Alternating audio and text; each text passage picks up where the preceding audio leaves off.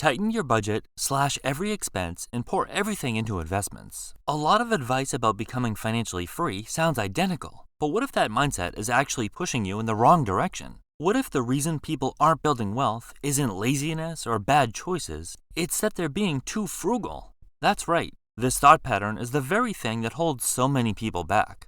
Before we dive into the mistake so many people make, even when they think they're doing everything right, go ahead and hit the like button and subscribe so more people can benefit from this video.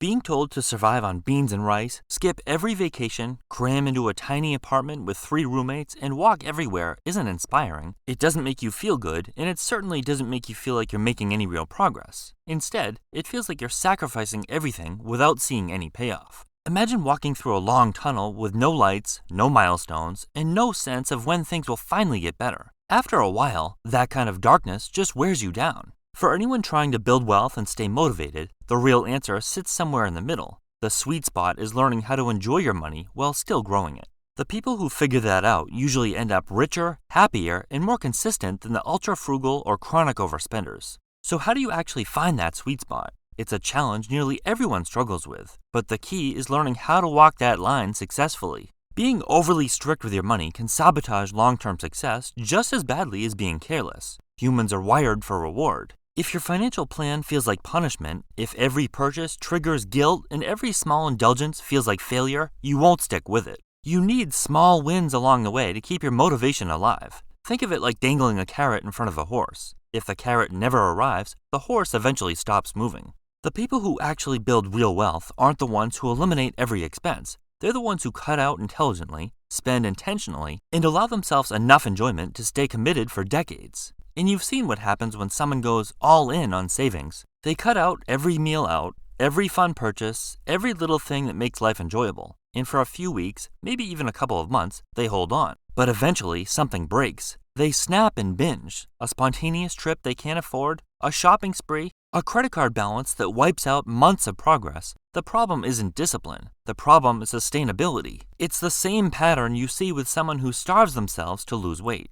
They cut nearly everything from their diet, eat the bare minimum, and it works, briefly. But how long can anyone live like that? A few days? A week? Maybe a couple of weeks if they're really committed? Eventually, the body and mind rebel. They rebound hard, like a stretched rubber band snapping back. And they end up gaining back all that lost weight and usually more. That's why moderation isn't just reasonable, it's necessary. You need small, consistent rewards to stay committed. Even something tiny, like allowing yourself a weekly coffee from your favorite cafe instead of brewing every cup at home, can make a difference. Or budgeting for a monthly dinner out that you actually look forward to. The kind where you walk away feeling like life is enjoyable, not like you're depriving yourself. Every small reward reinforces the habit of saving and makes progress feel tangible. And here's what most people don't realize. Those small pleasures can actually increase your wealth. When life feels enjoyable, you're far more likely to stick to your plan the other 95% of the time. Think of a friend who tried the hyper-frugal route, packed every meal, skipped every event, refused every invitation, and then threw their progress away because saving money isn't worth it. They weren't wrong, the way they approached it wasn't worth it. No one stays dedicated to something that makes them miserable. And it's not just about sticking to the plan, it leads you to find more ways to earn. When motivation fades, you start dragging through tasks, your focus slips, and your work quality drops. Mistakes creep in, deadlines stretch longer, opportunities pass because you're mentally drained and uninspired. Even when you want to push yourself, the energy isn't there. And over time, this slows your income growth and stunts your professional or personal progress.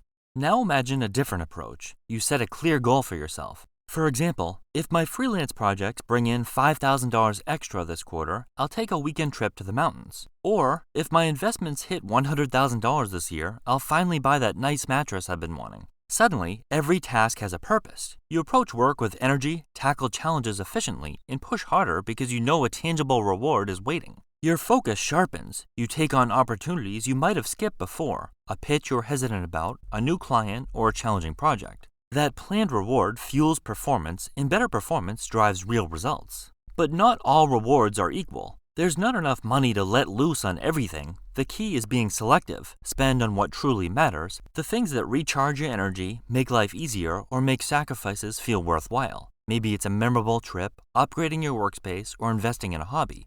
If every little thing becomes a treat yourself moment, it loses power and can even derail progress. Pick the right splurges, and each one supercharges your consistency, energy, and long-term results. Top performers, freelancers, entrepreneurs, artists, or consultants plan small rewards after milestones. Treat yourself strategically. Think of someone who sets boundaries but still lets themselves live. They meal prep weekdays but grab brunch with friends on Saturday. They drive a reliable used car but say yes to a summer weekend trip. They invest consistently but also buy the nicer version of something they use every day. A pair of shoes that won't fall apart, a mattress that improves sleep, a gym membership that actually motivates them. These purchases make the other sacrifices feel doable. You don't need to spend every extra dollar on something huge. Make it smaller and intentional. If you make an extra $1,000, maybe treat yourself to a nice dinner. If you make $10,000 extra, maybe take a short, meaningful trip. These modest, well-planned rewards keep you motivated and make saving sustainable. A simple way to do this carefully is to build in a little breathing room. If you're investing $1,000 a month, maybe set aside $200 for something you want to spend money on. It's structured, it's intentional, and it keeps you from feeling like every dollar is off limits. That small, guilt-free slice makes the rest of the plan far easier to follow long-term. Most people do something like save $10,000, then buy a $70,000 car, when it should be like save $10,000 and spend $1,000 on something that truly brings you joy. Think about it. A $40 weekly fun budget could prevent thousands in burnout-driven overspending. A planned weekend vacation each year keeps you consistent with saving for the rest of the year. A nicer gym keeps you physically and mentally sharper, boosting career performance, decision-making, and income. Spending on the right things doesn't pull you away from wealth, it pushes you towards it. That's why the most successful savers aren't the ones who hoard every dollar. They identify purchases that pay back in energy, motivation, and momentum. This isn't reckless spending. They're choices that create a positive feedback loop where you enjoy life and feel good about your choices. The balance looks different for everyone. For some, it's budgeting for a fancy coffee a few times per week. For others, it's saving aggressively but allowing one memorable trip. For others, it's buying high-quality everyday essentials. The point isn't what you spend money on, it's creating a sustainable structure that rewards discipline and keeps you committed. Ignore this balance, and you either drift into lifestyle inflation or clamp down so hard you eventually rebel. Neither path leads to wealth. The people who win long-term understand money is both a tool for security and enjoyment. They respect both roles. They build a system where saving doesn't feel like punishment and spending doesn't feel like guilt. Progress and pleasure can coexist, and that makes all the difference. So yes, you should spend money, but spend it in ways that fuel the version of you who shows up consistently, the version who's excited about the future, the version who can stick to boring habits that build wealth over decades. That's the sweet spot. That's the balance. Once you walk that line, enjoying enough to stay motivated, but not so much that you derail progress, building wealth becomes a lifestyle you can actually maintain.